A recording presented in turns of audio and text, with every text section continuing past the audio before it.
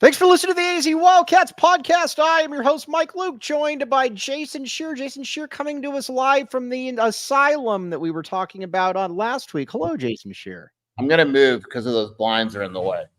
All right. Well, either way, you do what you got to do. We have got a lot to get to this show. We're going to talk college football playoffs or bust. It does appear that Arizona has a backup quarterback, sensible reporting in the media, all kinds of different things. We'll talk a little bit about Arizona basketball as well, some point guard recruiting.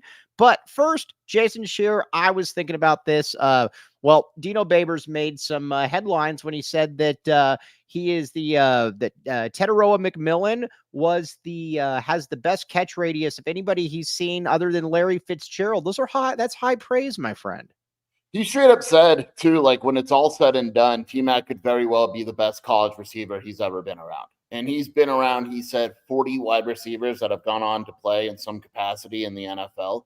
He's had some really good receivers. And I mean, to compare any physical quality to Fitzgerald you take that and you run with it. So, it's just another compliment of a guy that a part of me, this might sound crazy, Mike. I think T-Mac might be underrated nationally. He is underrated nationally. Like, it's good. Like, we know how good he is. The coaches that work with him know how good he is. But I'm not sure. Like, I don't think the Big 12 knows how good he is. I'm sorry. I know that Luther Burden is a good wide receiver. I don't understand. There's no rationale, in my opinion, for putting him over T-Mac. If you look at his numbers, yes, I know he's in the SEC. I don't care.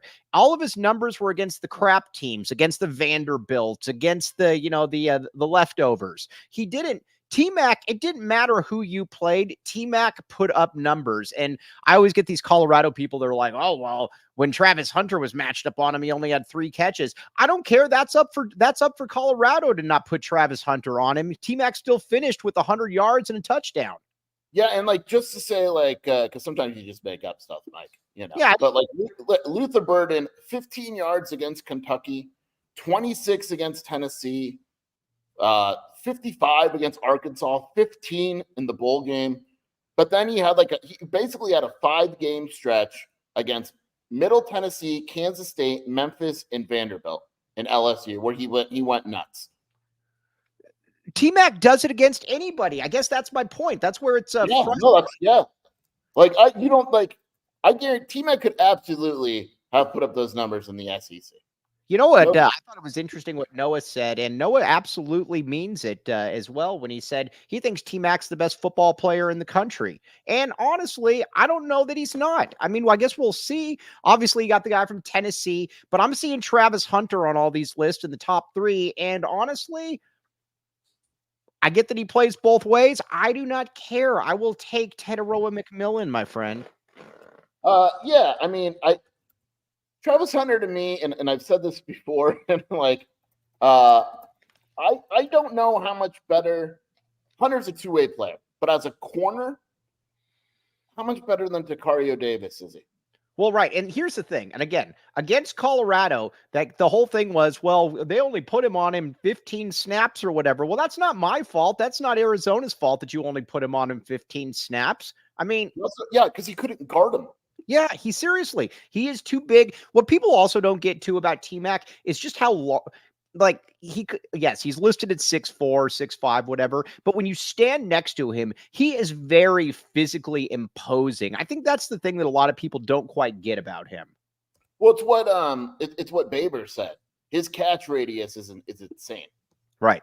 And on top of that, too, he can catch everything with one hand. He can do whatever he wants. T-Mac is the man. We will definitely revisit T-Mac. Now, I want to ask you this, Shear. I'm looking at the schedule. I'm looking at Arizona. We've talked about 9 wins, this or that. Is this, hold on. Let's see here. Mike, as an all-city employee, can you reprimand me that went on the national radio show Friday? My goodness, it was tough to listen to. I would assume that's our buddy Jake. Is it our buddy Jake? I can't say anything, but I can. Yeah, I can't say anything. Our friend Jake. Yeah, our good friend Jake. Jake tweets at me all the time about Colorado, and then now Jake's blocked me because he didn't like my responses. So whatever, that's another story. But back to Arizona. With when it comes to this season, I'm going to ask you: Is it college football playoffs or bust for Arizona? And here's what I'm saying. Here's why I'm putting this here. If Arizona has 10 wins, I believe that they're in the college football playoffs. What say you? It's not college football. That's unfair. I agree, but I just don't think it's fun. No, I don't think that's the case. Right. I really don't. I mean, I get your philosophy, your line of thinking, and I think that other people probably agree with you. Right. But I mean, to me, it's that expectation is like, what was if Utah goes 11-1? Are we saying that Arizona had a bad season at 10-2? No, I'm fine with that. I just wanted to put that out there because I thought it was interesting. Let's see here. Hold on. I'm trying to send a. All right. Now, when it comes to Arizona, though, like I said, 9 wins is my bare minimum. I'm sorry. 9 wins is my bare minimum. And T-Burns 826, very, very good point. No bust. We've only won 10 games 4 times in school history. Yes, but that's also the problem with Arizona is that they've never been able to sustain anything. They always get a good season and then they like fall back to like 6 or 7 wins. This is the year. This is when the iron is hot, Sheer. My number is 9. People, I've been doing the radio tour, Mike, and they was asking me at the end what my prediction is, and I've been going 9-3. I think 9-3. Anything less than that is super disappointing to me. 9-3 and more and better is obviously it's more than fine. And yes, OC Bodybuilders, my old nickname, also said, I think puts it very well when it says, if not now, then when. That is kind of what that's the answer. I agree with that philosophy. If not this year, then when? Because this is the year. 100, you got, let's be honest here. T-Mac's gone. I'd assume Jonah is gone, right? Like they're going to lose Gunner. They could lose Dalton. They could lose Decario. Like they're going to lose multiple defensive linemen. Yeah, like it's scary. And I don't want to call it a rebuild because of the NIL and transfer portal, but it also gets a lot. Let's be honest, though. It's also a lot easier, though, to rebuild if you're coming in saying, hey, listen, we've had 2 straight seasons of 10+ wins. If Arizona goes 7-5, I will be wildly disappointed in that. Wildly disappointed. 9 is my number, barring, again, and this is all barring injury. Like if Noah goes down, obviously that throws everything out the window. But 9-3 is my number. Okay, now I'm also at the stage 2 where I look at Utah and I look at Kansas State. Oh, the great Eric L. Day is in here as well. I look at Utah and I look at Kansas State. Here's where I'm at. I need a split. I would prefer to beat Utah I would prefer to beat Utah just because it's a conference game, but I need one of those 2. I need a split. I know it's difficult, but at the same time, I can't go 0-2 there because if you go 0-2, you have no margin for error the rest of the season, in my opinion. Well, yeah, I mean, it's real simple. If you split, you're good. I don't think anyone can complain about a split. Yes. If you go 2-0, our college football playoff talk is full steam ahead, right? I mean, now, let me ask you this. Is it if Arizona were to go 2-0 in that stretch, then is it college football playoffs or bust, my friend? Yes. Yeah. Yeah, because any other loss from there on out would be disappointing. Yes, exactly. Now, go ahead. 0-2, man, your margin after that is very slim. Do you know, Mike, that Arizona's odds have gone down to win the Big 12? Yeah, I know. But again, don't buy into that crap. Go ahead. Sorry. Utah, Kansas State, Oklahoma State, Central Florida, Kansas, and Iowa State all have considerably better odds than Arizona. Arizona's plus 1,100. Wait a second. Central Florida has better odds? Yeah, Central Florida, who I like. I actually think they're the surprise team. Utah's 320. That's fine. Kansas State is 380. Big gap. Oklahoma State 750. UCF 900. Kansas, Iowa State 950. Arizona 1,100. All right. You know what that also is? I think that's an indictment. Let's be honest here. That's an indictment on Brent Brennan. I'm not saying that it's right. It's not saying that's people that aren't believing in Brent Brennan because, listen, Arizona's got 4 players, I think, in the ESPN preseason top 100. I don't think any other Big 12 team has more than 2, if I'm not mistaken. And look, we don't know. We think Arizona has a shot to win the Big 12, right? We don't know. We're back in the game. We're back in Arizona. Last year, we begged you. We said, give us your money and we will bet it on the over for Arizona wins. And if you listen to Mike and I, who changed the odds in Vegas because we were so confident, you would have won a considerable amount of money. This year, it's 7.5, Mike. It's like over is plus 110 and under. I'm sorry, over is like minus 110 and over is like minus 120 or whatever. Like it's equal. 7.5 wins. We're both going over. Let me ask you this, Skier. Why? And then we're going to get to something that everybody wants to talk about, the backup quarterback position here. And we have a little bit of intrigue. But why is Vegas still so far behind on Arizona? They were way behind Arizona 2 years ago when they had them at 2.5 wins. We said that's a 5-win team. They went ahead and they got 5 wins. Last year it was at 5. They got 10. This year again, many doubters. I think it's the depth, maybe. But I think it's the Brent Brennan factor. Yeah. This year, I think if Jetfish was the coach at Arizona this year, they'd be a top 15 team in every preseason poll, and it would be 8.5 wins, not 7.5. I would agree with that. Now, you mentioned my dad just said I'm right. He just yelled from the kitchen that I'm right. Who just said? Oh, your dad, David Shear. How is David Shear? By the way, I get about every 4 months, maybe 5 months. I get a random wave on Facebook off a DM from David Shear, and it'll always be at like 11:30 at night or something. And I'm like, wake up. He probably just sits on his phone. No, it's true. He gets less sleep than I do. Does he know that he is waving at me at like 11:30 at night? Dad, do you know that you Facebook wave at Mike? No, he said he has no idea. All right. Well, again, don't do it again. Don't do it again. All right. Let's talk a little bit about the backup quarterback position, because again, this position, in my opinion, is done. It is in the books. It is cooked in the cake, whatever the term may be. Cole Tannenbaum is your backup quarterback. Jason Shear, in my opinion, what say you? Yeah, he's taken 2 reps for the last 3 or 4 practices in all of them. He deserves it. And Dina Baber said it's not that he's great once in a while. He's just consistent. And that's all you want from your backup quarterback. You want to know, like, what is going to happen each time they go out. He's not gonna suck, and he's not gonna be Noah Fafita, but he'll be what you need him to be, and that's all you can ask for your backup quarterback. And I got to put this out here again. I'm not talking to anybody indirectly, but people out there, if your kid is on a team and you're in a competition, don't go on there if your kid loses a competition, or if you're a friend, or if you're whatever, and start bad-mouthing the coaches. That's just the way it is. I guarantee you, when Brent Brennan took inventory of this roster, he didn't look at this and then say, oh yeah, hey, by the way, you know what? There's a 4-star quarterback on the team. There's also some other 2-star. Yeah, you know what? Why don't we cook it so the walk-on gets the backup position? The walk-on won the job, period. Yeah. It's Brent Brennan couldn't care less about your star rating. I was looking at his quarterback history at San Jose State. I don't know if you remember, Mike. He had a guy named Josh Love who actually went and was in the NFL for 2 years. Wow. Josh Love was a walk-on quarterback. Right. He didn't care. Right. He walked on and he put up, I think he's like the 3rd leading passer in that school. Like, he put up crazy numbers his senior year. And he went to the NFL. Now he's at the UFL or whatever, but he was a walk-on. Like, Brent Brennan just doesn't care. He's going to play the best players. Now, I got a lot of people asking. Let's talk about Dorman here for a second. Here, here's the deal with Dorman. I've had a couple people tell me this, and again, by all accounts, a great kid. They always need to put that out there. Dorman is just very mechanical.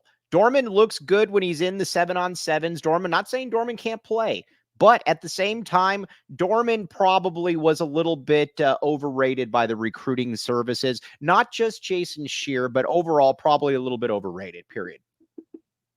Yeah. I mean, I didn't realize until yesterday when I looked at how highly he was, like a top 350 dude. Yeah.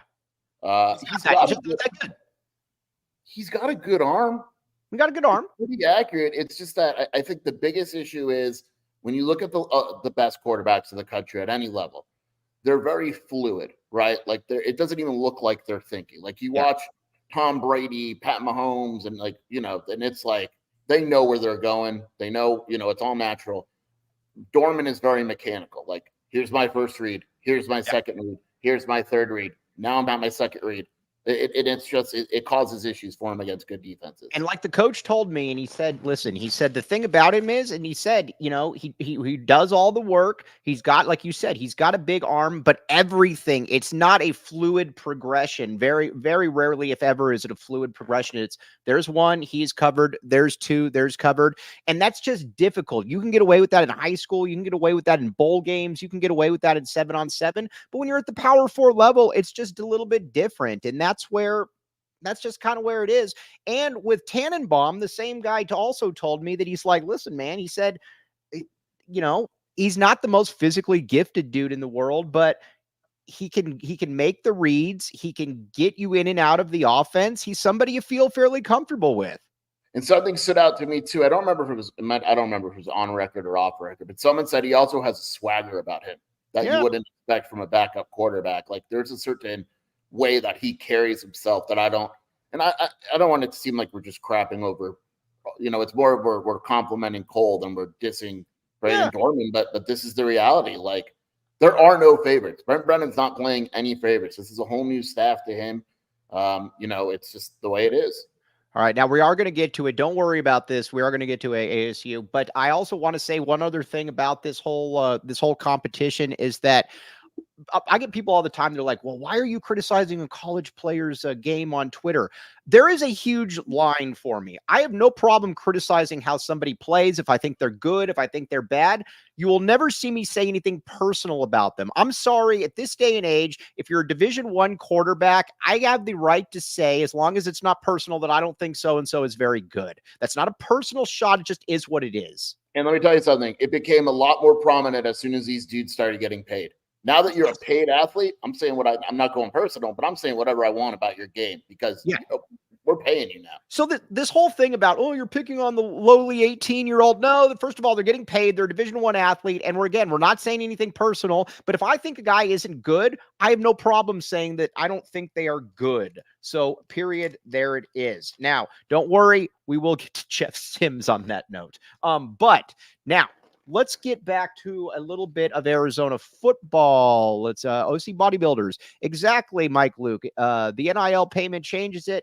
And our guy Jake says you can criticize anyone now based on the money. They have the argument that's dumb. Agreed. All right. Now, one thing that has become a real a nuisance and annoyance. I've been talking about this with Shearer. We're going to talk about this one more time, and then we will let it drop. But it is annoying because it impacts everybody. Listen, when it comes to reporting on football practice, look around the country. A lot of stuff is totally closed. A lot of coaches can do that. Arizona is essentially closed now. No matter what anybody says, yes, the media can go there, but if you can't report on it, it doesn't mean anything. And then same thing with the fans can't go there as well. Listen. Arizona closing this down, that puts a dent in people like yourself and other people that rely on being able to go there and say that, hey man, I saw this today. This looked good. This looked good. Why is it so difficult for someone to just go with common sense on certain things? Because it ruins it for everybody else. That's a very good question. And it's usually one person. I think Lev and Spears and those guys do a great job with it. I've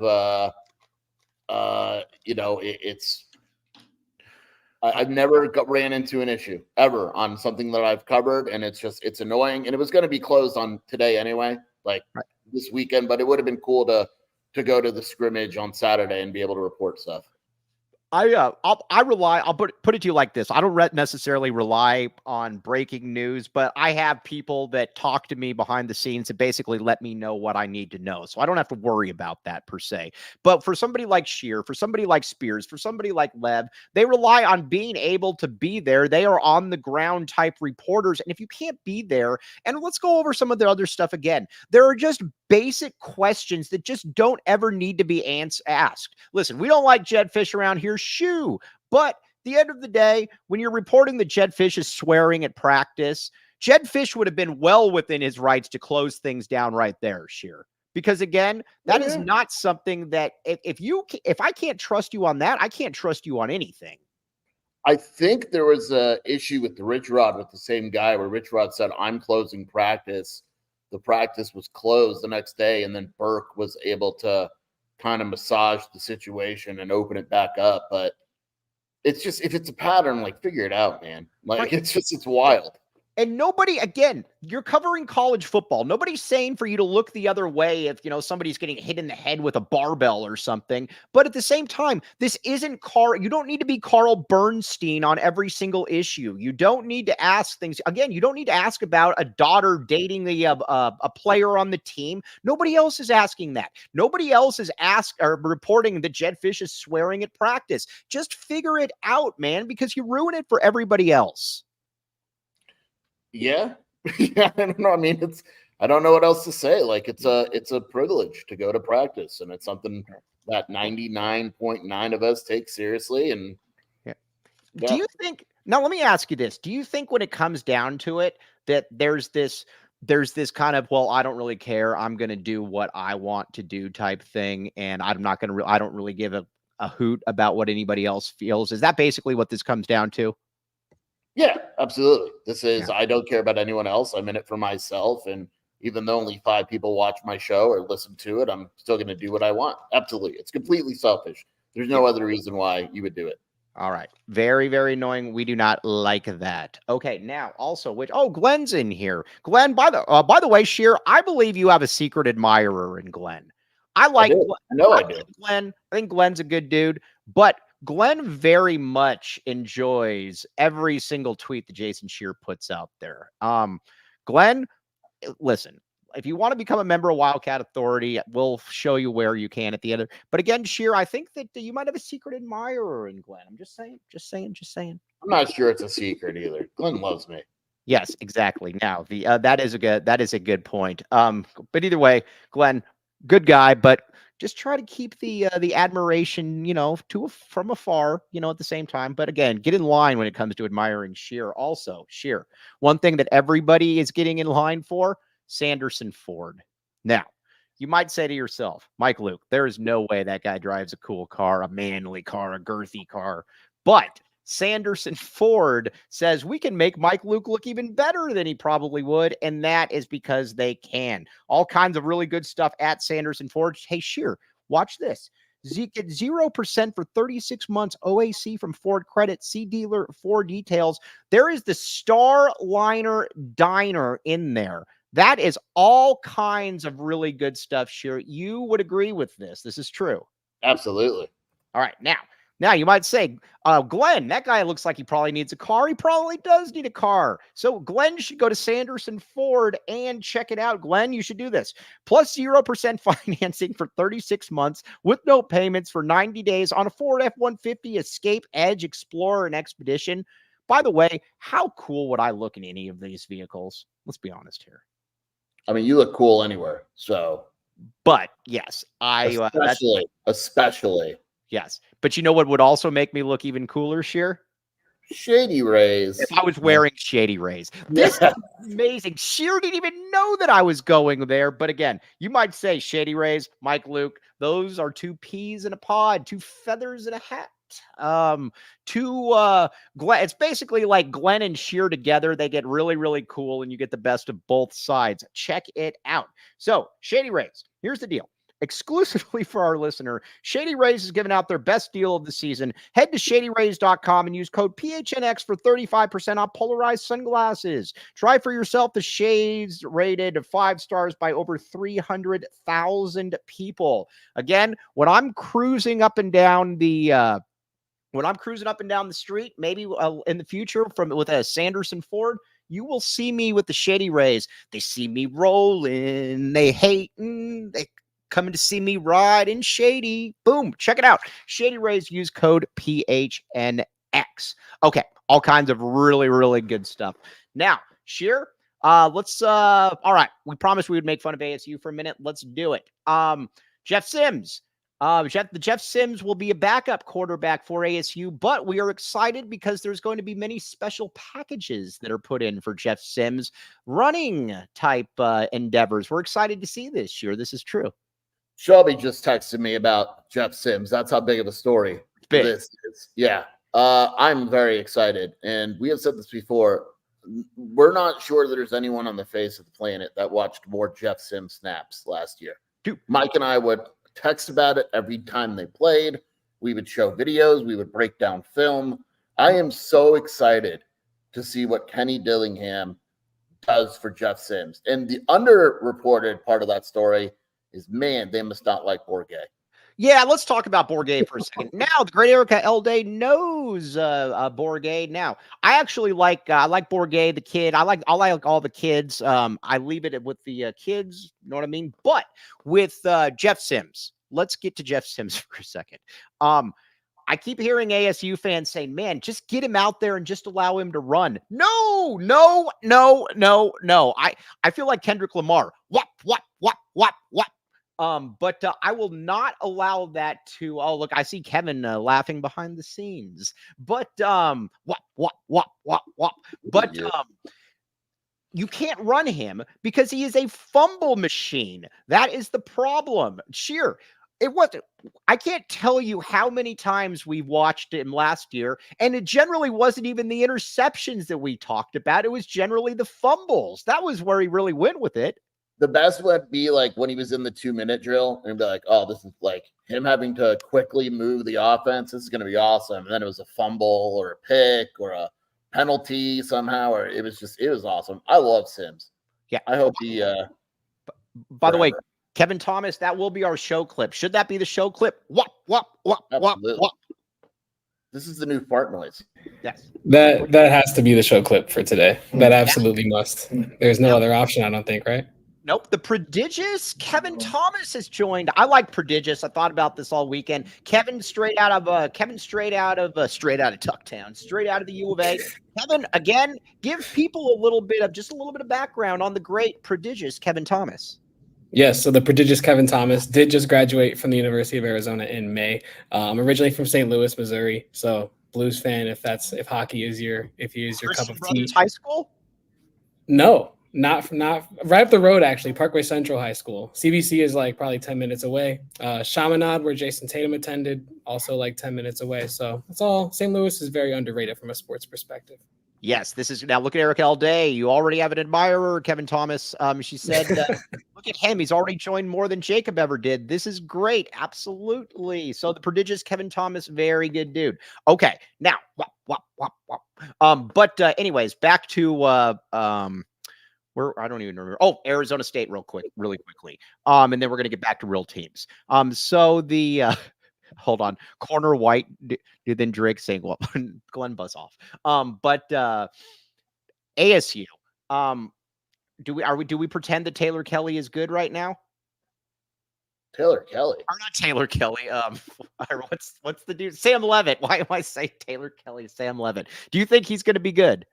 Average. Not right. Good. He won't be good. I think average.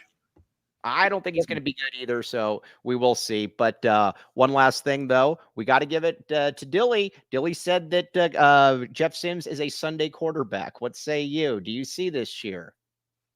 Yeah, I like Dilly. We both like Dilly, obviously, but he makes these comments, like he called them both Sunday quarterbacks. He said the other day they have 22 starters on defense. Or so. Stop.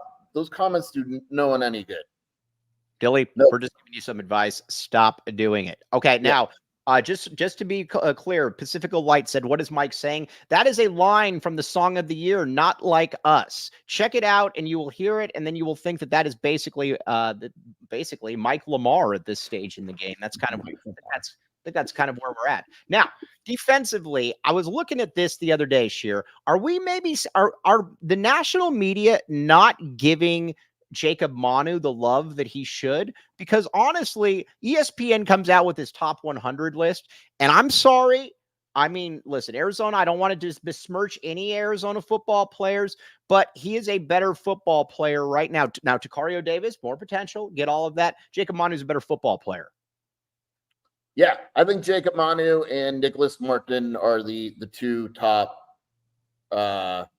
linebackers in the conference. I think it's. I hate to say it because it still exists, but like if Jacob Manu was on any other school, not any school in the Big, if he was on Utah or Kansas State or Oklahoma State, he'd be talked about more. But it's just, and part of it is I think now someone brought this up with basketball. I think the national exposure is going to be significantly greater now with the Big 12. Isn't that weird when you think about it too? That's a great point. When you think about it, last year with the Pac-12, it was a banner year for the Pac-12, one of the best years ever. And it feels like there's going to get a lot more attention in the U of A is going to get a lot more attention in the Big 12 this year. I mean, Arizona's season opener, I think, is on FS1. The game against Kansas State is on Fox at primetime Friday night. Utah will be nationally televised. Hey, does Arizona have more national games than our guy up in smelly, rainy Seattle? Because I saw there's a lot of peacocks for Washington. There's a lot of peacocks for Washington. I'm not sure. That's a good question. Ben One White was talking about the. I don't know. Arizona's TV schedule hasn't been announced yet. All right. Well, that will be fun to. That will be fun. NBC, their first 2 games are on the Big Ten Network. Then their next game is on Peacock. So their first 3 games are not national. They have 1 game on Fox, 2 games on Fox. Yeah, UCLA and Rutgers is on Fox. All right. Now let's see here. Joseph has been very, very serious about the My Bad flow. Again, you have to prove it to me. I do not just hand out the My Bad movements without being proven. Remember, Sheer, how many times last year people just kept telling me, they're like, Mike, when are you going to apologize to Kylan Boswell? He just had a good game. No, I'm not going to. You got to do it on the field. Yeah, Flo has looked better in practice this year, but that means it's cool to watch, but got to do it in the game. Yeah. All right. Now back to Manu for a second. Would it surprise you if Jacob Manu led the team in sacks at let's say he gets 7.5 sacks? No, it wouldn't surprise me. It's almost, I think it'd be more expected than surprising, actually. All right. Yes, I will still. Yes, I'm not going to apologize. Sorry, I will not do this. Now, but I do think Manu is criminally underrated in the grand scheme of things. I think people need to keep that in mind. Now, Marquise Groves Killebrew. That was it Spears or Lev that had the article out about him? I think Lev did. No, Spears. Spears. Well, either way, the coaches, obviously, the fact that was put out there, that they're very happy with him, he's going to play a lot this year. And I wouldn't surprise me at all if Jed Fish will take credit for it. Jed Fish will absolutely take credit for it. Yeah. I like him. He's good. He's good. You know, he's healthy. He looks good. Coaching staff likes him. I mean, is he a perfect product? No. He uses his hands a little bit too much at times, but I'd rather him use his hands too much than not use them at all. Right. Yeah. We'll just say this. I feel much better about the second corner spot on August 19th than I did on July 19th. Yes, Brett McMurphy has beef with Shear, which is why he snubbed us all this time. I don't know that he has beef with Shear, but I'm going to put it out there on this one. Shear scooped him on the entire Big 12 thing, the Pac-12 thing, hook, line, and sink. So maybe it's a little bit of admiration. What say you, Shear? It's a little weird. Brett and I used to be buddies, but he hasn't tweeted or texted me or anything in a while. So something's up. I blame you. It's always your fault. Maybe he was upset by your sources, Sheer. It's possible. All right. Now, we got to talk about Kayden Luke for a second. Yes, Kayden Luke is good. Kayden Luke is going to play at the U of A. I don't know if he's going to play this year, but Kayden Luke, fullback extraordinaire, is going to play at the U of A. That's a shout out for you, Kobe Thiel. Sheer, we like Kayden Luke, and I'm going to go on record with this. By this time next year, he's a scholarship player. I like Kayden Luke a lot. I don't think I'm giving too much away. He's more of a fullback than a running back right now, if that makes sense. But they've run plays for him. Now, do I think he'll get into a game beyond special teams this year? No, but yeah, he strikes me as a scholarship guy down the road. Yeah, and it was funny too, because the one thing you messaged me, I think you messaged me during the spring, or was it the spring when you basically said, holy crap, this guy is large. He is a linebacker. Like, he's jacked. Yeah. And credit to him for being able to play running back. But if one day the coaching staff, like Aquino, went up to him and was like, I want you to be a linebacker, like, it'd be like, I get it. I mean, I can't, like, he's bigger than like Flo. Yeah, he's huge. Now, Gringo Billy says they probably can't keep him without a scholarship. That's kind of where I'm at next year. I think that he will be. But yeah, well, here's the deal. Also, you got to realize something that we're ignoring. You move to 105 scholarships next year. Mm-hmm.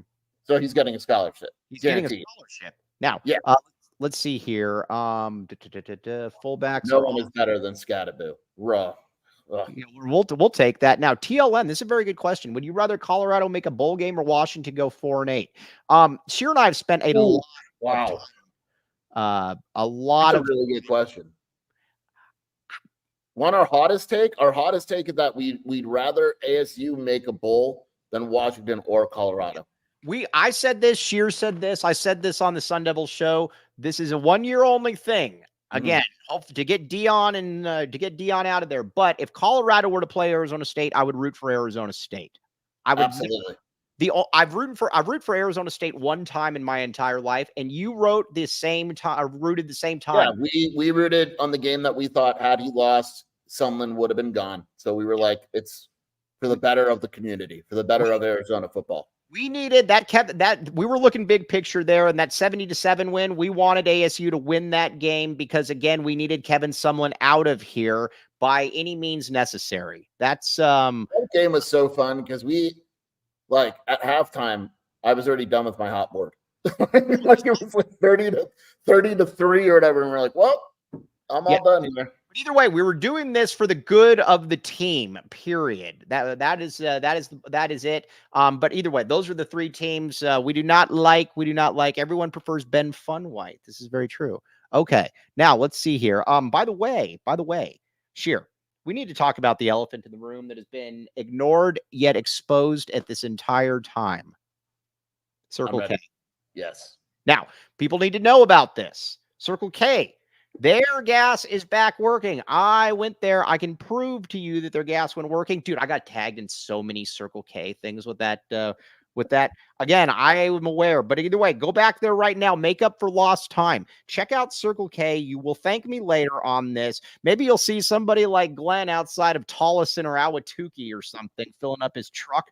And you can check it out. You can say hi to Glenn while you get cheap gas. Join Inner Circle for free by downloading the Circle K app today. Terms and conditions apply at participating locations. Visit CircleK.com for details. Sheer, did you go to Circle K today? Yeah, I didn't go today. I went the other day. And the Circle K by U of A, like right by the stadium, that's kind of moving up in my rankings. That's moving up a little bit. I've told you from day one. It's just so convenient. Like you go get gas and then you make a left turn right there. Boom, stadium. I have told you this from day one that is the Circle K. Then it's Grant and Oracle. I think we can agree that those are the two best Circle Ks. And then everything is a battle for third. You still need to go to the one on Gladden Farms. I'm going to pick you up one day and take you because I know you don't like driving more than 5 miles from here. I am excited to go check that out. But Circle K, yes, check it out. And one other thing, you might say, Mike, where's the wave? Gila River Resorts and Casinos, the wave. Check it out. All kinds of good stuff at Gila River Resorts and Casinos. The best thing about this is it's an immersive experience where you can do you. That is the best part about all of this. You do you at Gila River Resorts and Casinos. Visit playathila.com for more details. At Gila River Resorts and Casinos, no one does it better. Sheer, I went there one time. I delivered an extension cord to the great Jacob Franklin. And again, I was very impressed. There's a Top Golf thing there, all kinds of really good stuff. Gila River Resorts and Casinos. Again, the wave. Shelby and I have gambled there once. When did you gamble there? I never knew this. Yeah, a couple of years ago. We stopped and I was like, let's just gamble for a little bit, play a little blackjack. Yeah. Exactly. Either way, check it out. Gila River Resort. I like this. Achieve legendary status. You do you at Gila River Resorts and Casinos. Another one you will thank me later. David Adams knows about this. He says the one on Grant and Oracle, ? My goodness, absolutely. It's fantastic. That's when you want to see, like you wake up, you go, how much of a man am I today? Yep. But that's what the K does. They serve everybody at every place. There are some of these places who are like, oh, I'm not going to do any of that. Circle K says, no. We are for the people, by the people. Check it out. Yes, Brian Blackmore. Is the hair under the hat again? Oh, no, it's there. Mike's not going to change. I've tried. No, I'm not going to change. I will not change. Period. Joseph has said this twice, so I guess we'll address it. Skier, I need Kion Anthony. I mean, that's good. Probably not going to get him. You're not getting him. You know. Yes. All right. We got to talk Jacob Cowing, and then we're going to get to Jacob Cowing is going to be a very good player in the NFL. Yeah, I'm pumped for that guy. You had a very good question on Twitter. It's not usually, but you had a good question. I thought that was a good question. I asked, is Jacob Cowing one of the 5 best wide receivers in school history? Let me ask you this. Did you like my deep cut and response? Did you see my response? Oh, T-Bell. Dude, I don't care about the cardboard helmet era. That does nothing for me. But let me ask you this year. Would you rather have Jerron Kreiner or Jacob? That's a tough one. Jody was right on that one. That's the debate. Some people would say Austin Hill too. No, not going. Like Austin Hill, but Kreiner was just so good to me, man. Like, I just remember watching Kreiner, maybe because I don't know. I just remember watching Kreiner and him being a monster. Did you know that Kreiner asked my sister out? They had a class together, and he asked my sister out in the class. And she said no? Yeah, she said no, and she asked him out like 3 more times, or he asked her out like 3 more times as well. Austin Hill was very, very good, but Austin Hill did it 1 year. And let's be honest, as good as Austin Hill was, did you ever look at Austin Hill and, Kreiner just looked a little bit different. That's the best way I could put it. Austin Hill didn't only do it 1 year. Yeah, he did. No. Look up his numbers. Oh, no. His Dennis senior year wasn't bad. Well, okay, let me rephrase. He had the 2012 season, he was a freak. But the other year, he wasn't bad. 630 yards on 50. That's not like the 2 years Cowing had. True. I mean, Cowing did at Utah too. I think Cowing is better than Austin Hill. It would be Jerron Kreiner would be the debate. I'm going to look at Kreiner's numbers. Now Kreiner's numbers are better. Kreiner, especially from a touchdown perspective, although Jacob Cowing had like 13 touchdowns. But Kreiner was only 2 years. You can make the argument. 2009, he had 580 yards and 9 touchdowns. Okay. 2010, he had 1,200 yards and 11. In 2011, he had 950 yards and 11. Yeah, but going 9 touchdowns though, that's big. That's for a wide receiver. That's big. He had 32 touchdowns. All right, now I've had a lot of people. Sheer has no clue who Richard Dice is. But I know who Richard Dice is. I'm talking T Bell, Theophilus Bell, baby. All right, Richard Dice had the best hands I've ever seen here by a mile. The problem was he was always injured. He was awesome, but I can't put him in there. He is definitely the we talk about culture warriors here, like Big Bill Norton. That's Richard Dice. Let's see. When you look at receiving, just let's just look at touchdowns, right? The leader in Arizona history is Kreiner. Is what? It's Kreiner with 32. With touchdowns? Yeah. Yeah. That doesn't surprise me. I think that isn't Mike Bell the receiving yards leader or the catch leader? Let's see. Receiving yards is Wade, which is going to get passed by T-Mac this year if T-Mac gets 1,200 yards. Right. Receptions, I don't know because it's a receiving. Mike Thomas is the leader in receptions. Yes. By the way, G-Rod said, yeah, I told you that. G-Rod, yes, there will be watch parties. We are working on those, but we will guarantee you that. Mike Thomas had 259 receptions. That might be unbreakable. Oh, Mike Thomas was awesome. You know what's weird, though, about Mike Thomas? As good as he was, I always got really annoyed, though, because they would always just throw him those little 6-yard outs. Well, that's what he did. They threw him the 6-yard outs, and then he took him for 15 yards. Yeah. I mean, he was very good. He was very, very good. Yes. So there it is. Now, all right. Now we got to get to a little bit of Arizona. Excuse me. Got to get to a little bit of Arizona basketball here. I've had a lot of people that have asked me this question. I think it's a fair question. And I'm going to ask Sheer. When it comes to Arizona point guard recruiting, you went on record yesterday, or not yesterday, whenever we did the show last, and you said that you don't think that Arizona is going to get Braden Burries or Mikel Brown. You did say this. This created quite a wave. Did I say it like that? I mean, I said I wasn't sure they would get either. No, I asked, say yay or nay, are they going to get either? And you said no. I said I don't think so. That's fine. Whatever. Okay. Let me just ask you this. Let's just say you don't, and they prioritize Braden Burries, obviously, very, very early on. Kylan Boswell obviously wasn't good here. Has the point guard recruiting been good enough? No. Yeah. Yeah, I know. I was trying to come up with something to spin it. I can't spin it. If you don't get Burries or Mikel Brown, I think it's just fair to say. Now, listen, I do think Bradley is going to surprise some people. That's obviously a nice get, but I think it is what it is. Well, let me rephrase.